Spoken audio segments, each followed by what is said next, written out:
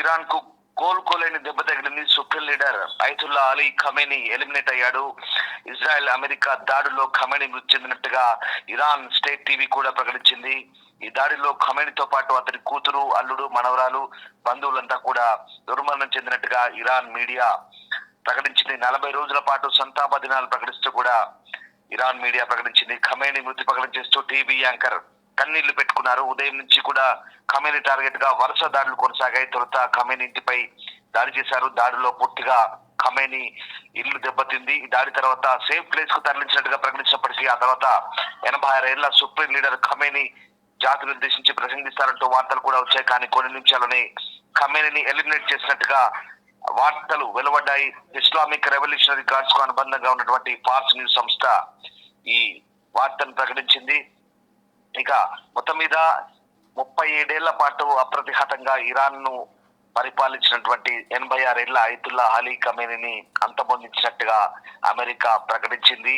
ఒక దుర్మార్గుని పాలన అంతమైంది. ఇక ఇరాన్ ప్రజలు ఇప్పుడు కొత్త ప్రభుత్వాన్ని ఎన్నుకోవాల్సిన పరిస్థితి ఆసనమైందంటూ అమెరికా అధ్యక్షులు చేసిన ప్రకటనతో ఖమేనీని ఎలిమినేట్ చేసినట్టుగా పూర్తి స్థాయిలో అమెరికా అనౌన్స్ చేసింది. మొత్తం నిన్నటి నుంచి కూడా ఇజ్రాయెల్ అమెరికా కలిపి చేసినటువంటి దాడుల్లో ఇటు ఖమేనీతో పాటు సీనియర్ జనరల్ కమాండర్లు కూడా హతమైనట్టుగా తెలుస్తుంది. తొలుత ఇజ్రాయెల్ 7 ఇరాన్ మిలిటరీ కమాండర్లు హతమైనట్టుగా చెప్తున్నప్పటికీ మొత్తం 40 మంది అంతమొందినట్టుగా తెలుస్తోంది.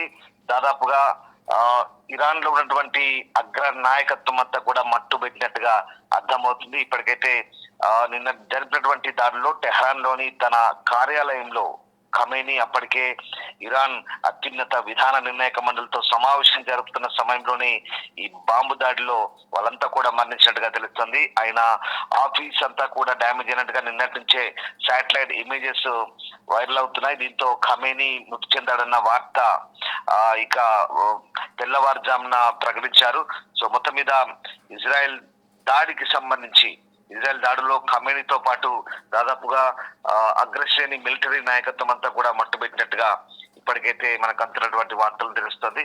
సో ఇప్పటికైతే దాదాపు 40 రోజుల జాతీయ సంతాప దినాలను ప్రకటించారు. మరోవైపు ఇరాన్ రాష్ట్ర టెలివిజన్ చెప్తున్న ప్రకారం ఇప్పుడు కొత్తగా ఇరాన్ IRGC కమాండర్ గా అహ్మదీని నియమించినట్టుగా తాజాగా వార్తలు అందుతున్నాయి. మరోవైపు దాడులు కంటిన్యూ చేస్తాం, దాడులు ఆపేది లేదంటూ ఇటు ఇజ్రాయెల్ అలాగే అమెరికన్ సెంట్రల్ కమాండ్ ప్రకటిస్తుంది. దాడులు మరికొద్ది రోజుల పాటు కొనసాగుతాయంటూ చెప్తుంది. ఇంకా తాజాగా ఇరాన్ వైపు నుంచి కూడా రిటాలియేషన్ స్ట్రైక్స్ జరుగుతున్నాయి. భారీగా దాడులు కొనసాగుతున్న పరిస్థితి. ఇరాన్ సరైన బుద్ధి చెప్తామంటూ వాళ్ళు కూడా దాడులు కొనసాగిస్తున్న పరిస్థితి మనకు కనబడతా ఉంది. మరోవైపు హిజ్బుల్లా కూడా ప్రస్తుతం ఇరాన్ మిలిటరీతో దాడుల్లో పాల్గొంటున్నట్లుగా అనౌన్స్ చేసింది. ఇటు మిడిల్ ఈస్ట్ వ్యాప్తంగా కూడా ఇరాన్ దాడులు కొనసాగిస్తోంది. ప్రధానంగా దుబాయ్ ఇంటర్నేషనల్ ఎయిర్పోర్ట్ కూడా టార్గెట్ చేసినట్టుగా మనకు అర్థమవుతుంది. అలాగే బహ్రెయిన్, కువైట్, అలాగే చాలా ప్రాంతాల్లో ఇప్పటికే ఇరాన్ అటాక్ చేసింది. ఇరాన్ దాడుల్లో చాలా వరకు నష్టం కూడా వాటిల్లినట్టుగా మనకు అందుతున్న బట్టి నివేదికలు బట్టి అర్థమవుతుంది. సో మొత్తం మీద Iran supreme leader Ayatollah Ali ఖమేనీని అమెరికా అంతమొందించింది. ఇరాన్ నాయకత్వానికి ఇది తీవ్ర దెబ్బగా ఇజ్రాయెల్ వైమానిక దళం ప్రకటించింది. ఇరాన్ ఫైటర్ జెట్లు ఇరాన్ అంతటా కూడా సైనిక లక్ష్యాలపై దాడులు నిర్వహించినట్టుగా IDF ప్రకటించింది. అలాగే ఇక చాలా మంది సీనియర్ రక్షణ అధికారులు ప్రధానంగా అలీ షంఖానీ, మొహమ్మద్ షక్పూర్ తో సహా 7 సీనియర్ ఇరానియన్ రక్షణ అధికారులు మరణించినట్టుగా ఇప్పటికే వాళ్ళు అనౌన్స్ చేశారు. మరోవైపు ఈ ఆపరేషన్ సైనిక లక్ష్యాలను ఖచ్చితంగా ఢీకొట్టినట్టుగా ఇరాన్ రక్షణ నాయకత్వంలోని కీలక వ్యక్తుల్ని ఎలిమినేట్ చేసినట్టుగా IDF చెప్తోంది. మరోవైపు ఇంకా ఇటీవల ఇరాన్ నుంచి ఇజ్రాయెల్ వైపు క్షిపణులు కూడా ప్రయోగించిన నేపథ్యంలో అటు తమ సిస్టమ్ ఏదైతే ఉందో అదంతా కూడా ఇంటర్సెప్ట్ చేస్తుంది. ఖచ్చితమైనటువంటి లక్ష్యాలను ఛేదించే దిశగా ఇరాన్ చేసినటువంటి ప్రయత్నాలను తిప్పికొడుతున్నట్టుగా ప్రస్తుతం ఇజ్రాయెల్ అయితే చెప్తున్న పరిస్థితి కనబడుతుంది. సో మొత్తం మీద అటు ఖమేనీని అంతమొందించాలన్న ఏకైక లక్ష్యంతో ఈ యుద్ధం ఏదైతే స్టార్ట్ చేశారో ఆ యుద్ధాన్ని ఇప్పుడు అమెరికా ఇంకా కొనసాగించే అవకాశం కనిపిస్తుంది. సో మొత్తం మీద టార్గెట్ చేసినట్టుగా మనకు చాలా క్లియర్ గా అర్థమవుతుంది. మరోవైపు ఇరాన్ పై ఇజ్రాయెల్ అమెరికా దాడులు సుప్రీం లీడర్ ఖమేనీ కుమార్తె, మనవరాలు, అలాగే అల్లుడు, ఇంకొంతమంది బంధువులు కూడా మరణించినట్టుగా తెలుస్తోంది. సో తాజా పేలుళ్లు ఇప్పుడు టెహ్రాన్ ను మళ్ళీ కుదిపేసిన పరిస్థితి కనబడుతుంది. ఇరాన్ బాలిస్టిక్ క్షిపణి సామర్థ్యాలు అలాగే వైమానిక రక్షణ వ్యవస్థలు లక్ష్యంగా చేసుకొని ఆ ఇరాన్ పై ఇజ్రాయెల్ అలాగే అమెరికా జాయింట్ ఆపరేషన్ ఏదైతే ఉందో అది పూర్తి స్థాయిలో సక్సెస్ అయినట్టుగా మనకు అర్థమవుతుంది. మరోవైపు మిడిల్ ఈస్ట్ వ్యాప్తంగా కూడా ఇటు ఇరాన్ దాడులు కొనసాగిస్తోంది. ఇరాన్ చేసినటువంటి డ్రోన్ దాడిలో అబుదాబిలోని జాయిద్ ఇంటర్నేషనల్ ఎయిర్పోర్ట్ లో ఒకరు మృతి చెందారు. అయితే మృతి చెందిన వ్యక్తి పాకిస్తాన్ నేషనల్ గా గుర్తించినట్టుగా తెలుస్తోంది. సో అధికారిక ప్రకటన ఇప్పటికే అబుదాబి చేసింది. మరోవైపు ఇటు చాలా అంటే బుర్జ్ ఖలీఫా హోటల్ ఏదైతే బుర్జ్ ఖలీఫా పై కూడా డ్రోన్ దాడి చేసినట్టుగా తెలుస్తుంది. ప్రస్తుతం ఆ డ్రోన్ ను ఇంటర్సెప్ట్ చేసినట్టుగా తెలుస్తుంది. మిడిల్ ఈస్ట్ వ్యాప్తంగా ఉన్నటువంటి చాలా ప్రాంతాలను టార్గెట్ చేసుకుని ఇజ్రాయెల్ ఏదైతే అనుబంధ సంస్థలు స్థావరాలున్నాయి వాటిపై ఇరాన్ దాడి చేసినట్టుగా మనకు అర్థమవుతుంది. సో మొత్తం మీద ఇటు బుర్జ్ అరీఫ్ సమీపంలో కూడా ఈ డ్రోన్ దాడిని అడ్డగిస్తున్న పరిస్థితి, మధ్య ప్రాంతాల్లో పెరుగుతున్న ఉద్రిక్తల మధ్య ఇటు పూర్తి స్థాయిలో ఎక్కడికక్కడ ప్రాంతీయ ఉద్రిక్తలు పెరుగుతున్న నేపథ్యంలో ఆయా దేశాలు అప్రమత్తమైన పరిస్థితి కనబడుతోంది. సో ఇరానియన్ క్షిపణి దాడి నుంచి తప్పించుకునేందుకు అటు ఇజ్రాయెల్ ప్రజలు కూడా అప్రమత్తంగా ఉండాలంటూ ఇప్పటికే అక్కడ ఎమర్జెన్సీ కూడా ప్రకటించారు. అక్కడ ప్రజలంతా కూడా సురక్షితంగా బంకర్ లో తలదాచుకుంటున్న పరిస్థితి కనబడతా ఉంది. సో మొత్తం మీద ప్రస్తుతం ఉన్నటువంటి పరిస్థితుల్లో ఇటు ఇజ్రాయెల్ అలాగే అమెరికా దాడులు ఇంకా కంటిన్యూ అవుతాయని చెప్తున్న పరిస్థితి కనబడుతోంది. ఇక ఇరాన్ కూడా తాడో పేడో తెలుసుకునేందుకు సిద్ధమవుతుంది. పూర్తి స్థాయి మిసైళ్లకు పని చెప్తున్న పరిస్థితి కనబడుతోంది. టెల్ అవీవ్ పై కంటిన్యూగా దాడి చేస్తున్న పరిస్థితి కనబడతా ఉంది. టెల్ అవీవ్ లో ఎప్పటికప్పుడు ఇంటర్సెప్ట్ చేస్తున్న పరిస్థితి మనకు కనబడతా ఉంది. సో మొత్తం మీద ప్రధానంగా Iran supreme leader Ayatollah Ali ఖమేనీని ఎలిమినేట్ చేయడం ద్వారా అమెరికా ఇజ్రాయెల్ తన లక్ష్యాన్ని నెరవేర్చుకున్నట్టుగానే కనబడుతోంది. ఎందుకంటే 89 నుంచి కూడా ఐతుల్లా అలీ ఖమేనీ ఇరాన్ ఏకఛత్రాధిపత్యంతో పరిపాలిస్తున్నాడు. అంతేకాదు అమెరికాకు పశ్చిమ దేశాలకు ముప్పుగా పరిణమించినటువంటి ఖమేనీని అంతమొంచడం ద్వారా ఇప్పుడు తమ ఆశయాన్ని నెరవేర్చుకున్నారు. ఓవైపు ఖమేనీని ఎలిమినేట్ చేసిన తర్వాత ఇరాన్ వ్యాప్తంగా ఆ దేశ ప్రజలు సంబరాలు కూడా చేసినట్టుగా మనకు కొన్ని వార్తలు అందుతున్నాయి. మరోవైపు కొంతమంది సంతాపం ప్రకటిస్తూ నిరసన ప్రకటిస్తూ కొంతమంది ఆయనకు మద్దతుగా సంతాప సభలు పెడితే మరి కొంతమంది ఖమేనీని చంపిన తర్వాత ఇరాన్ వీధుల్లోకి వచ్చి సంబరాలు చేసుకుంటున్నట్టుగా కూడా మనం అర్థమవుతుంది. ఏదేమైనా ఒక నిరంకుశ పాలనగా దాదాపు 37 పాటు పరిపాలించిన ఖమేనీ అంతమొందించింది ఇప్పుడు ఇజ్రాయెల్ అమెరికా.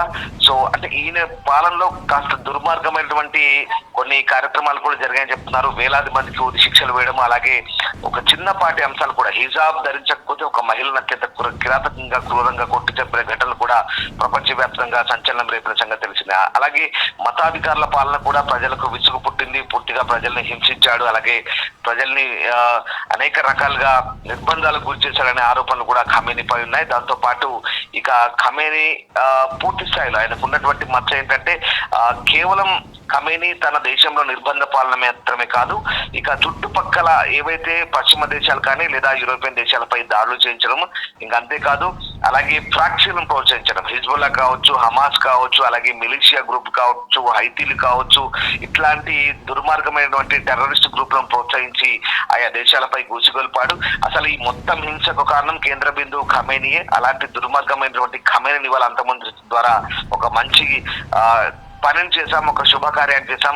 ఇవాళ మిడిల్ ఈస్ట్ లో మధ్యప్రాచ్యంలో శాంతికి ఇది ఒక పునాదిగా ఇటు ఇజ్రాయెల్ అటు అమెరికా చెప్తున్న పరిస్థితి. వాస్తవానికి ఖమేనీ ఎప్పుడైతే అణ్వాయుధాలకు సంబంధించినటువంటి అంశాన్ని అణ్వాయుధాలు తయారు చేయడానికి ఆయన చేసుకున్నటువంటి ప్రణాళిక ఏదైతే ఉందో అది ఇటు ఆయా దేశాలకు ముప్పుగా పరిణమించింది. దాంతో పాటు తీవ్రవాద సంస్థలను పెంచి పోషించడం, అసలు అక్కడ అశాంతికి ఈ గొడవలకు ప్రధాన కారకుడే ఖమేనీ అనేది ఒక ప్రధానమైన విమర్శ ఉంది. ఎందుకంటే 2023 అక్టోబర్ 7 ఎప్పుడైతే ఇజ్రాయెల్ పై దాడి జరిగిందో ఆ ఇజ్రాయెల్ దాడి వెనుక ప్రధాన సూత్రధారి అయినటువంటి హమాస్ కి అలాగే హెజ్బుల్లాకి ఆ గ్రూపులకి ముఖ్యంగా వెన్నుదన్నుగా ఉండి ప్రోత్సహించినటువంటి ఖమేనీ మృతి తర్వాత ఇవాళ ఇజ్రాయెల్ ప్రజల ఆత్మలు శాంతిస్తాయంటూ ఇజ్రాయెల్ వైపు నుంచి కూడా ఒక రకమైనటువంటి స్టేట్మెంట్లు వస్తున్న పరిస్థితి కనబడుతోంది. సో మొత్తం మీద ఖమేనీని అంతమొందించడం ద్వారా ఇప్పుడు తమ లక్ష్యాన్ని నెరవేర్చుకున్నట్టుగా వీళ్ళంతా కూడా చెప్తున్నారు. మరోవైపు ఇంకా దాడులు కంటిన్యూ అవుతాయని చెప్తున్న పరిస్థితి కనబడతా ఉంది. సో ఇరాన్ ఇజ్రాయెల్ దాడులకు సంబంధించి కూడా ఇక్కడ కొన్ని అపశృతులు కూడా చోటు చేసుకున్నాయి. ప్రధానంగా ఇజ్రాయెల్ చేసినటువంటి అటాక్ లో మినాబ్ లోని పాఠశాల దాడిలో దాదాపు 108 మంది మరణించినట్లుగా అటు ఇరాన్ అధికారులు కూడా నిర్ధారించారు. ఇక్కడ చాలా మంది సివిలియన్లు కూడా ప్రాణాలు కోల్పోతున్న పరిస్థితి కనబడుతుంది. ఓవరాల్ గా ఇరాన్ ఇజ్రాయెల్ చేసినటువంటి ఆపరేషన్ ఎపిక్ ఫ్యూరీలో మొత్తం 201 మందికి పైగా మరణించారు. దాదాపు 800 మందికి పైగా గాయపడ్డట్టుగా అధికారిక నివేదికలు అంటున్నాయి. కానీ అనధికారికంగా మృతుల సంఖ్య 100లో ఉండొచ్చని చెప్తున్నారు. ఎందుకంటే టెహ్రాన్ తో పాటు ఇరాన్ ఉత్తర పశ్చిమ నగరాలను కూడా పూర్తిగా టార్గెట్ చేశాయి. అంతేకాదు చుట్టుపక్కల ఉన్నటువంటి జిల్లాలను కూడా పూర్తిగా టార్గెట్ చేసి దాడులు చేసినట్టుగా తెలుస్తోంది. ప్రధానంగా ఇరాన్ IRGC అలాగే ఇరాన్ బ్రిగేడియర్స్ సంబంధించినటువంటి నాయకత్వం, అలాగే ఇరాన్ ఆర్మీ డిపోలు, ఇరాన్ సంబంధించినటువంటి మిసైల్స్ డిపోలు, ఇరాన్ సంబంధించినటువంటి రక్షణ వ్యవస్థల్ని టార్గెట్ గా చేసుకుని ఈ దాడులు కొనసాగించినట్టుగా మనకు అర్థమవుతుంది. అమెరికా ఇజ్రాయెల్ చేసినటువంటి ఈ జాయింట్ ఆపరేషన్ లో ప్రస్తుతం చాలా వరకు సక్సెస్ అయినామని వాళ్ళు చెప్తున్న పరిస్థితి కనబడుతుంది. ఇక supreme leader Ayatollah Ali Khamenei మరణించిన వార్తల తర్వాత శనివారం రాత్రి టెహ్రాన్ అంతటా కూడా సంబరాలు మిన్నట్టినట్టుగా కొన్ని వార్తలు అందుతున్నాయి. రాజధానిలోని కొన్ని ప్రాంతాల్లో నివాసితులు చప్పట్లు కొడుతూ ఇళ్లలు వేస్తూ ఉత్సాహంగా నినాదాలు చేస్తున్న వీడియోలను కూడా కొంతమంది సోషల్ మీడియాలో షేర్ చేశారు. 86 ఏళ్ల ఖమేనీ 1989 నుంచి ఇరాన్ ను పరిపాలిస్తున్నారు. ఇటు బెంజమిన్ నెతన్యాహుకు అతని మృతదేహం యొక్క ఛాయాచిత్రాన్ని చూపించినట్టుగా కూడా ఇజ్రాయెల్ లో కొన్ని వార్తలు కూడా చెక్కలు కొడుతున్న పరిస్థితి కనబడుతోంది. సో ఇజ్రాయెల్ ఇరాన్ సంబంధించినటువంటి ప్రస్తుత అంశంలో ప్రస్తుతం అంటే ఇటు సౌదీ లాంటి దేశాలు, మరోవైపు కువైట్, అలాగే బహ్రెయిన్, అలాగే జోర్డాన్, అలాగే అబుదాబి, ఈ చుట్టుపక్కల మిడిల్ ఈస్ట్ దేశాలన్నీ కూడా బాధిత దేశాలుగా మారిన పరిస్థితి కనబడుతోంది. ఆయా దేశాలపై ఇరాన్ విచ్చలవిడిగా దాడులు చేస్తుంది. ఒక రకంగా కొన్ని ప్రాంతాల్లో అంటే నిర్దేశిత లక్ష్యాలు కాకుండా మిగతా ప్రాంతాల్లో కూడా ఈ బాంబు దాడులు జరగడంతో చాలా వరకు డ్యామేజ్ జరిగినట్టుగా మనకు అందుతున్నటువంటి వార్తలు అయితే అందుతున్నాయి. సో మొత్తం మీద ఇరాన్ లో ఇప్పుడు అయతుల్లా అలీ ఖమేనీని చంపడం ద్వారా ఒక రకంగా గొప్ప విజయాన్ని సాధించామంటూ ఇటు ఇజ్రాయెల్ అమెరికా చెప్పుకుంటున్న పరిస్థితి కనబడతా ఉంది. So Donald Trump American president తెల్లవారుజామున ఈ అంశాన్ని ప్రకటించారు. 1979 ఇస్లామిక్ విప్లవం తర్వాత రుహుల్లా ఖమేనీ తర్వాత ఖమేనీ 89 నుంచి ఇరాన్ కు నాయకత్వం వహిస్తున్నారు. ఇరాక్ యుద్ధంలో మాజీ అధ్యక్షుడు ఆయన 81లో హత్యాయత్నం నుంచి బయటపడ్డారు. ఒకసారి సుప్రీం లీడర్ గా ఇరాన్ సాయుధ దళాలు విదేశాంగ విధానంపై అంతిమ అధికారాన్ని కలిగి ఉన్నారు. అంతేకాదు ఇరాన్ ఇవాళ అణ్వాయుధాలను తయారు చేసేందుకు ఆయన సుప్రీం లీడర్ తీసుకునే నిర్ణయమే ప్రధాన నిర్ణయంగా మారిపోయిన పరిస్థితి. సో ఆ రకంగా ప్రస్తుతమైనటువంటి పరిస్థితుల్లో చరిత్రలో అత్యంత దుర్మార్గులు ఒకరు అంటూ అమెరికా ఇజ్రాయెల్ దాడికి సంబంధించినటువంటి అంశాన్ని ఖమేనీ ఒక మరణాన్ని ట్రంప్ ఒక అధికారిక ప్రకటన ద్వారా విడుదల చేయడం ద్వారా ఇరాన్ లో ఇక నిర్ణయాత్మక శక్తులుగా ప్రజలు మారబోతున్నారు. ప్రజలు ఇప్పుడు తిరిగి కొత్త పరిపాలన ఎంచుకోవాలి, ప్రజలు తిరిగి తమ అనుకూలమైనటువంటి ఇరాన్ ను స్థాపించాలంటూ ఇప్పుడు డొనాల్డ్ ట్రంప్ చేసిన ప్రకటన కూడా ఒక రకంగా ప్రస్తుతం ఉన్నటువంటి సిచ్యువేషన్ లో ఇరాన్ ప్రజలకు ఒక రకంగా బూస్ట్ ఇచ్చిందని చెప్పాలి. సో మొత్తం మీద ఖమేనీ ఎలిమినేట్ అయ్యాడనే వార్త తెలిసిన తర్వాత చాలా వరకు కూడా ఇరాన్ వ్యాప్తంగా సంబరాలు ఓ పక్క జరుపుకుంటే కొంతమంది సంతాపం ప్రకటిస్తూ మరోవైపు బాధాతప్త హృదయాలతో కొంతమంది అక్కడ సంతాప సభలు నిర్వహించినటువంటి పరిస్థితి కూడా కనబడుతుంది. సో ఓవరాల్ గా వైమానిక దాడుల్లో మొత్తం 40 మంది Iran officials, top most authorities ఎవరైతే ఉన్నారో 40 మంది ఖమేనీతో సహా 40 మంది ఎలిమినేట్ అయినట్టుగా చెప్తున్నారు. సో దాంట్లో ఖమేనీ బంధువులు కూడా ఉన్నట్టుగా చెప్తున్నారు. So supreme leader Ayatollah Ali ఖమేనీని శనివారం ఉదయమే అంటే నిన్న ఉదయం జరుగుతున్నటువంటి దాడుల్లోనే తన ఆఫీస్ లోనే అమెరికా ఇజ్రాయెల్ మట్టు పెట్టినట్టుగా చెప్తున్నారు. సో చరిత్రలో అత్యంత దుర్మార్గులు ఒకరిగా ట్రంప్ ఖమేనీని అభ్యర్థిస్తున్న నేపథ్యంలో ప్రస్తుతం ఇప్పుడున్నటువంటి దాడులు ఇక ప్రతీకార దాడులు ఖచ్చితంగా కొనసాగే అవకాశం కనిపిస్తుంది. మరోవైపు దుబాయ్, దోహా, బహ్రెయిన్, కువైట్ లో ఈ దాడుల సంబంధించి కూడా చాలా వరకు డ్యామేజ్ అయినట్టుగా మనకు అర్థమవుతుంది. సో ఆ రకంగా ప్రస్తుతం ఉన్నటువంటి సిచ్యువేషన్ లో ఇరాన్ స్టేట్ టీవీ నుంచి ప్రధానంగా ఎక్కడ మనకు ఇరాన్ నుంచి ఏం జరిగిందో, ఎందుకంటే ఇంటర్నెట్ బ్లాక్ అవుతుంది, ఇరాన్ లో ఏం జరుగుతుందో కూడా తెలియని పరిస్థితి. ఇరాన్ స్టేట్ టీవీ ఏదైతే ఉందో ఆ స్టేట్ టీవీ ఇచ్చేటువంటి అప్డేట్స్ ఆధారంగానే ప్రస్తుతం బాహ్య ప్రపంచానికి ఇరాన్ లో ఏం జరుగుతుందో తెలుస్తున్న పరిస్థితి మనకు కనబడతా ఉంది. సో ఆ రకంగా ప్రస్తుతానికైతే ఇరాన్ లో జరుగుతున్నటువంటి పరిణామాలను ఎప్పటికప్పుడు అంతర్జాతీయ సమాజం గమనిస్తుంది, అంతర్జాతీయ దేశాలను కూడా గమనిస్తున్నాయి. యుఎన్ సెక్యూరిటీ కౌన్సిల్ కూడా సమావేశమై ఈ ఇరాన్ పరిస్థితుల్ని అలాగే అమెరికా ఇజ్రాయెల్ చేసినటువంటి దాడులను ఎప్పటికప్పుడు సమీక్షిస్తున్న పరిస్థితి కనబడతా ఉంది. సో మొత్తం మీద పశ్చిమాసియా అయితే భగ్గుమంటుంది. Iran leader supreme leader Ayatollah Ali Khamenei మరణం తర్వాత ఇప్పుడు ఏం జరగబోతుందని మాత్రం ప్రస్తుతానికైతే ఇప్పుడున్నటువంటి సిచ్యువేషన్ ఇంకా ఆసక్తికరంగా మారబోతుంది. మరోవైపు ఇరాన్ ఇక రిటాలియేషన్ స్ట్రైక్స్ అయితే మొదలు పెట్టింది. ప్రధానంగా దుబాయ్ లోని సిఐఏ హెడ్ క్వార్టర్స్ ని టార్గెట్ చేసినట్టుగా మనకి ఇప్పుడు అంతా ఒక తాజా సమాచారం బట్టి తెలుస్తుంది. మిడిల్ ఈస్ట్ లో ఉన్నటువంటి అమెరికా స్థావరాలు ఎక్కడైతే ఉన్నాయో, అమెరికా కార్యాలయాలు ఎక్కడైతే ఉన్నాయో వాటన్నిటిపైన కూడా విచ్చలవిడిగా ఇరాన్ ప్రస్తుతానికైతే మిసైల్స్ దాడులు కొనసాగిస్తుంది. కానీ ఎక్కడెక్కడ ఇంటర్సెప్ట్ చేసినట్టుగా మనకు అంతున్నటువంటి వార్తను బట్టి తెలుస్తోంది. ప్రస్తుతం అయితే దుబాయ్ లో ఉన్నటువంటి United states CIA head quarters కూడా టార్గెట్ చేసి దాడులు చేసినట్టుగా మనకు అందుతున్నటువంటి సమాచారాన్ని బట్టి అర్థమవుతుంది. ఏదేమైనా ప్రతీకార దాడులైనటువంటి ఊహించినవే అవి తప్పని పరిస్థితుల్లో ఖచ్చితంగా ఇరాన్ చేయాల్సి వస్తుంది. కాబట్టి ఇరాన్ ఆ దాడులను సమర్థించుకుంటుంటే మరోవైపు ఆయా దేశాల సార్వభౌమత్వంపై దాడులు చేస్తుంటే ఆ దేశాలన్నీ కూడా ఈ దాడులను ఖండిస్తున్నాయి. కానీ ఎక్కడ ఏ దేశాలు కూడా ఇరాన్ పై తిరిగి దాడులకు కానీ వేరే ఇతరత్ర అంశాలకు కానీ ప్లానింగ్ అయితే చేయట్లేదు. ప్రస్తుతం ఉన్నటువంటి పరిస్థితుల్లో ఇరాన్ ఇక పూర్తి స్థాయిలో ఒక రకమైనటువంటి అత్యున్నత నాయకుడిని కోల్పోవడం ద్వారా, అత్యున్నత విధానపరమైనటువంటి నాయకత్వాన్ని కోల్పోవడం ద్వారా ఇరాన్ బలహీనపడ్డట్టే తెలుస్తోంది. సో మొత్తం మీద అతి త్వరలోనే మళ్ళీ ఇరాన్ సుప్రీం లీడర్ ను ఎన్నుకునే అవకాశం కనిపిస్తుంది. ఇక జనరల్ కౌన్సిల్ ఏదైతే ఉందో ఆ కౌన్సిల్ తీసుకునే నిర్ణయం ఏ రకంగా ఉంటుంది. ఇప్పుడున్న పరిస్థితుల్లో కౌన్సిల్ అతి త్వరగా ఒక నిర్ణయం తీసుకొని ఇరాన్ మరొక సుప్రీం లీడర్ ని ఎన్నుకుంటుందా లేదా ఏం జరగబోతుంది? ఇరాన్ లో నాయకత్వానికి సంబంధించి అమెరికా లేదా ఇజ్రాయెల్ జోక్యం చేసుకొని అక్కడ కొత్త నాయకత్వాన్ని పునరుద్ధరిస్తుందా?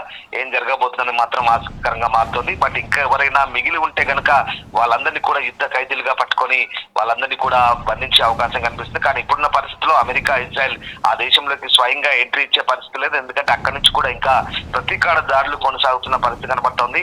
మళ్ళీ తిరిగి కొత్త చీఫ్ గా ఐఆర్డిసి చీఫ్ గా అహ్మదీని నియమించిన నేపథ్యంలో ఇరాన్ కు మళ్ళీ హెజ్బుల్లా కూడా తోడైంది. వీళ్ళిద్దరు కలిసి మిగతా దేశాలపై అటాక్ చేస్తున్న అవకాశం నేపథ్యంలో మరికొద్ది రోజుల పాటు ఇంకా ఈ దాడులు కంటిన్యూ అయ్యే అవకాశం ఉన్నట్టుగా అమెరికన్ సెంట్రల్ కమాండ్ చెప్తోంది. అలాగే ఇజ్రాయెల్ కూడా ఈ దాడులు కంటిన్యూ చేస్తామంటూ చెప్తోంది.